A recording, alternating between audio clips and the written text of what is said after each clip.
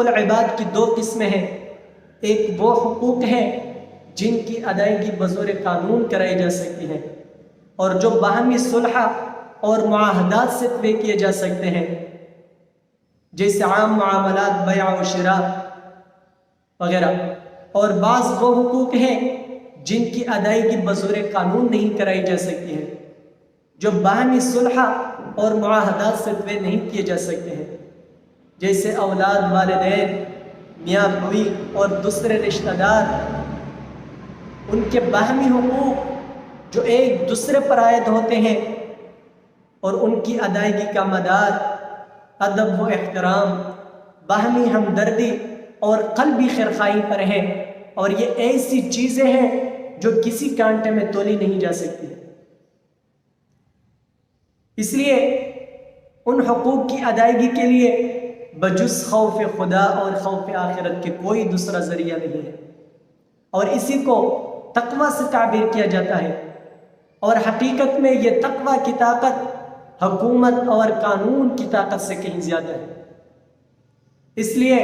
اللہ رب العزت نے حقوق العباد کو بیان کرنے کے لیے سب سے پہلے امر تقوی کا ذکر فرمایا ہے۔ یا ایھا الناس اتقوا ربکم، اے لوگو اپنے رب کی مخالفت سے ڈرو، یعنی تقوی اختیار کرو۔ اور شاید یہی وجہ ہے کہ آپ صلی اللہ علیہ وسلم خطبہ نکاح میں اس آیت مبارکہ کو پڑھا کرتے تھے، اور خطبہ نکاح میں اس آیت مبارکہ کا پڑھنا مسنون ہے۔ اور پھر یہ بات بھی قابل نظر ہے کہ یہاں پر خطاب یا ایھا الناس کے ذریعے سے فرمایا گیا ہے، جس میں تمام انسان شامل ہے، چاہے وہ مرد ہو یا عورت، نزول قرآن کے وقت موجود ہو یا آئندہ قیامت تک پیدا ہو۔ اور پھر حکم اتقوا کے ساتھ اللہ رب العزت کے اسماء حسنہ میں سے لفظ رب کو اختیار کیا گیا، جو کہ امر تقوی کی علت اور حکمت کی طرف اشارہ ہے، کہ وہ رب جو تمہاری پرورش کرتا ہے، اس کی مخالفت اور سرکشی کس قدر خطرناک ہوگی۔ اور اس کے ساتھ ساتھ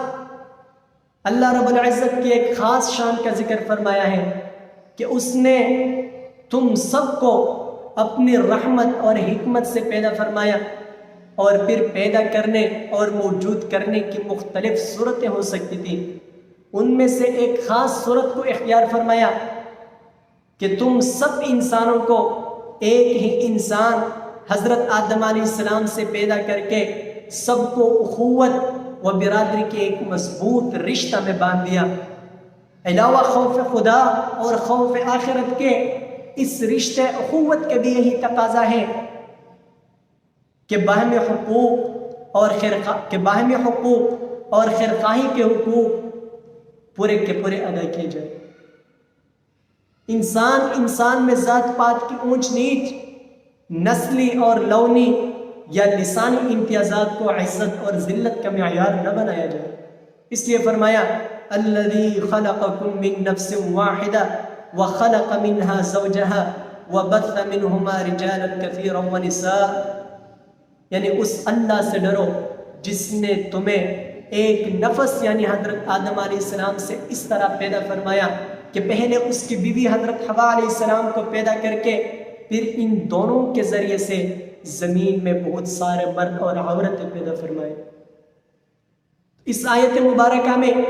ایک طرف حقوق اللہ کو بیان کر کے اس کی مخالفت سے روکا گیا،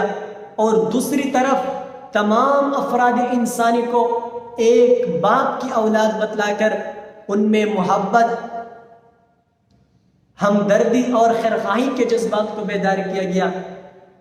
تاکہ اہل قرابت کے درمیان